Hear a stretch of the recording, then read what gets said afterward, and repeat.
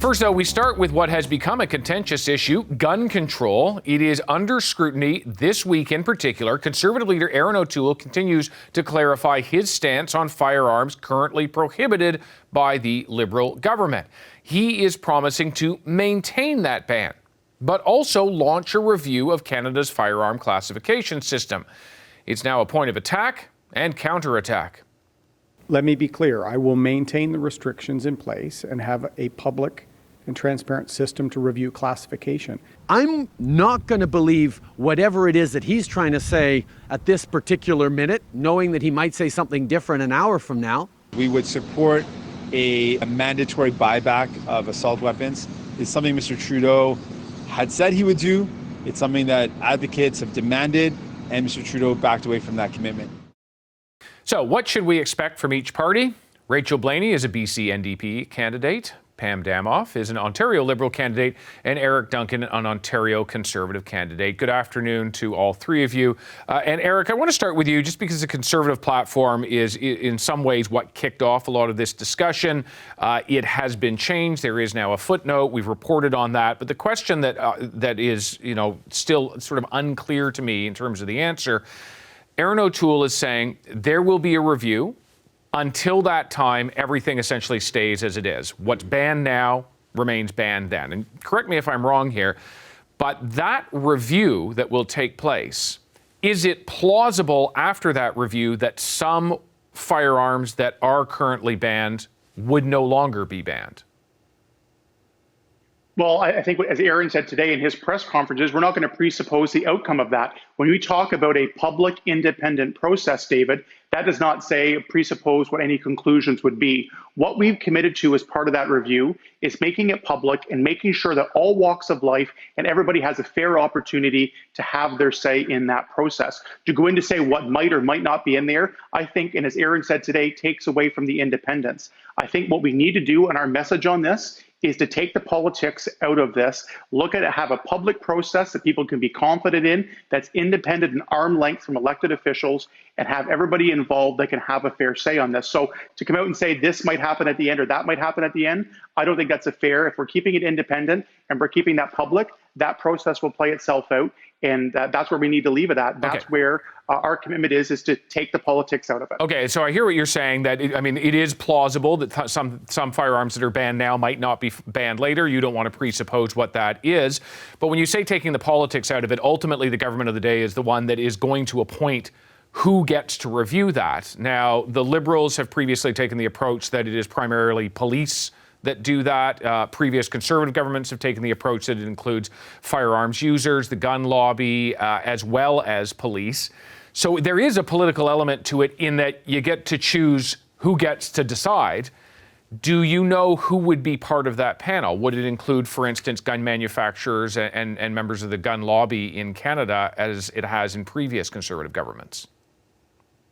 Well, there hasn't been details or on the membership of that, but what the key thing, I think, from this, David, what we're taking from, it's going to have representation from all walks of life and all background. It's going to be a public process. The public's going to see how that happens and what happens through that. The process we've seen now has had way too much politics involved, and there's been a lot of people in the country that haven't felt like their views have been taken into consideration. So I think, again, to presuppose, again, it's going to be independent, it's going to be public, and I think it's going to give everybody that's interested in the topic a fair opportunity to present their information. And that's what I think from a public safety perspective, I think Canadians would expect. Pam Damoff, I want to look at this with you sort of in the rural-urban divide for a moment, if I can. And this is the notion that certainly it has become a wedge issue, that the Liberals have made it a wedge issue with the Conservatives as part of this campaign. But there are people who use firearms lawfully for hunting. It has long been a way of life for them. It may be directly connected to food. For those people who worry that more restrictions would ultimately mean the loss of the firearms that they use lawfully, what do you do to alleviate their concerns, essentially that you're coming for what they do? Well, I would disagree on that. And I just have to say, I've been a member of the Public Safety Committee for 6 years. And I'm getting tired of watching the ball bounce with Aaron O'Toole as to what his position is, because he's been very, very clear that he is kowtowing to the gun lobby.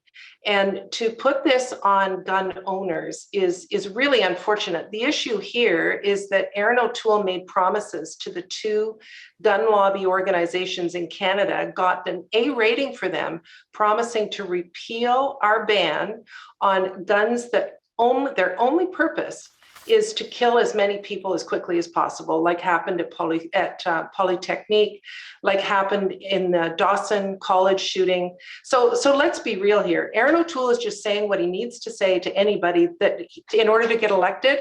He's made promises to the gun lobby. He has already said who's going to be part of this panel, and it's going to be the gun manufacturers, gun owners, and law enforcement, and as a last minute addition, the public. Okay, Pam, let me just jump in on you here, because you're talking about École Polytechnique. In the aftermath of that massacre, a firearms massacre, a group was formed called Police se souvient, a gun control advocacy group. And I just want to read what they have said. They have said 2 years ago, we were in exactly the same position we are today. We enthusiastically applauded the Liberals for promising to ban assault weapons, including a buyback of all existing ones, only to be brutally disappointed with the end result. Why has your government not acted sooner if you believe that this is so critical for public safety? So we did ban those weapons, so they can't be purchased any longer. No, but the buyback doesn't exist. Yeah.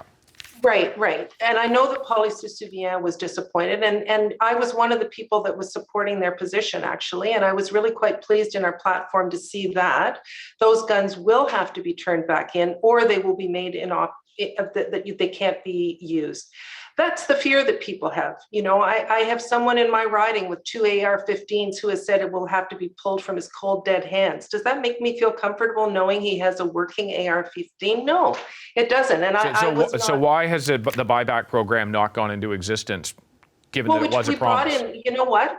We brought in legislation, and the Conservatives delayed in Parliament, and we couldn't get anything done, which is one of the reasons why we're in this election right now.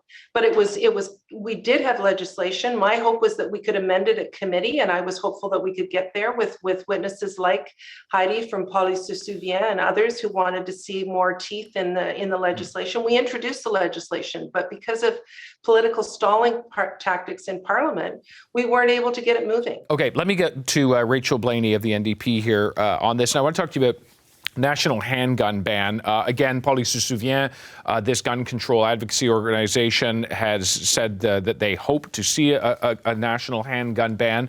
Is this something that the NDP would support? And if so, what difference do you think it would make to crime in Canada when so many handguns that are used in crime are illegally obtained? Well, I think, what we're looking at right now is Aaron O'Toole is flipping back and forth. And I think a lot of Canadians are feeling frustrated. They just want to know where he stands.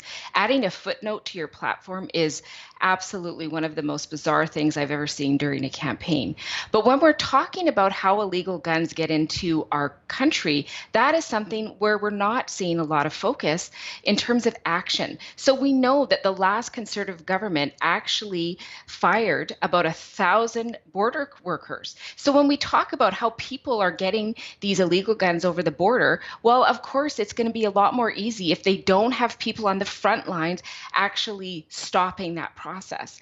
And when the Liberals were elected, they've added 200 back. That means there's still a huge gap in who is doing that work. And so this is what is frustrating for me. I come from a riding with a lot of, caring gun owners who use this to hunt. It's a long-term, in many cases, multi-generational practice in their family to feed not only themselves, but their communities. And here we are having these massive discussions. We need to make it as safe as possible. We need to listen to the communities that are facing outrageous violence, and they need to be safe. And part of that is making sure that investment is happening. We're not seeing the Liberals do it, and the Conservatives undermined it. So for them to be standing, it does not make any sense to me. On the question of a national handgun ban, does the NDP support one? Well, we support making sure that communities have the right to say what's going to work for them. And I think we have to look at how that will be enforced, and there's a lot of work to do. We need to make sure people are safe, and we need to recognize people who are using their weapons safely. And that education process, I think, is also something. I know in my riding, people have come forward and said we want to educate more people to understand what is happening in Canada and how we can be more transparent in the process that as illegal gun owners, we have to go through that process. So let's make sure that we're opening the doors and keeping people safe and making sure that those protections are on the border so that everyone in our communities feels safer. Eric, I've only got 30 seconds left here, so just as quickly as you can, on the question of a handgun ban, if cities or provinces were to institute one themselves, would a Conservative government oppose that? Well, what we're saying is we need to target exactly what Rachel's saying. My riding is actually in Eastern Ontario is the same way. The government's policies, again, the Liberals talk and every election. They come back and apologize and just say after the next election, if you re-elect us, we'll do this. And they have broken promises. What we've said we need to focus on is RCMP and law enforcement to go after gang violence, smuggled guns, and crack down on that. Over 6 years, we've seen an increase in homicides and in shootings. The issue is getting out of control in a lot of areas. What we're saying is our focus, where we're going to get results, where we're going to make a difference in gun violence in this country, is not focusing on law-abiding gun owners that are actually practicing and doing education about gun safety, but rather the criminals who aren't going to listen to a buyback program, aren't going to listen to law enforcement or anything the government says. We need to target them, go after them. That is the single biggest way and priority a Conservative government would reduce gun violence. Okay, thanks, Eric. We'll have to leave it there. Thank you very much to Eric, to Pam, to Rachel. Much appreciated for your time this afternoon. Hi, I'm Vashi Capellos, host of Power in Politics. See more of our show by subscribing to the CBC News channel or click the link for another video.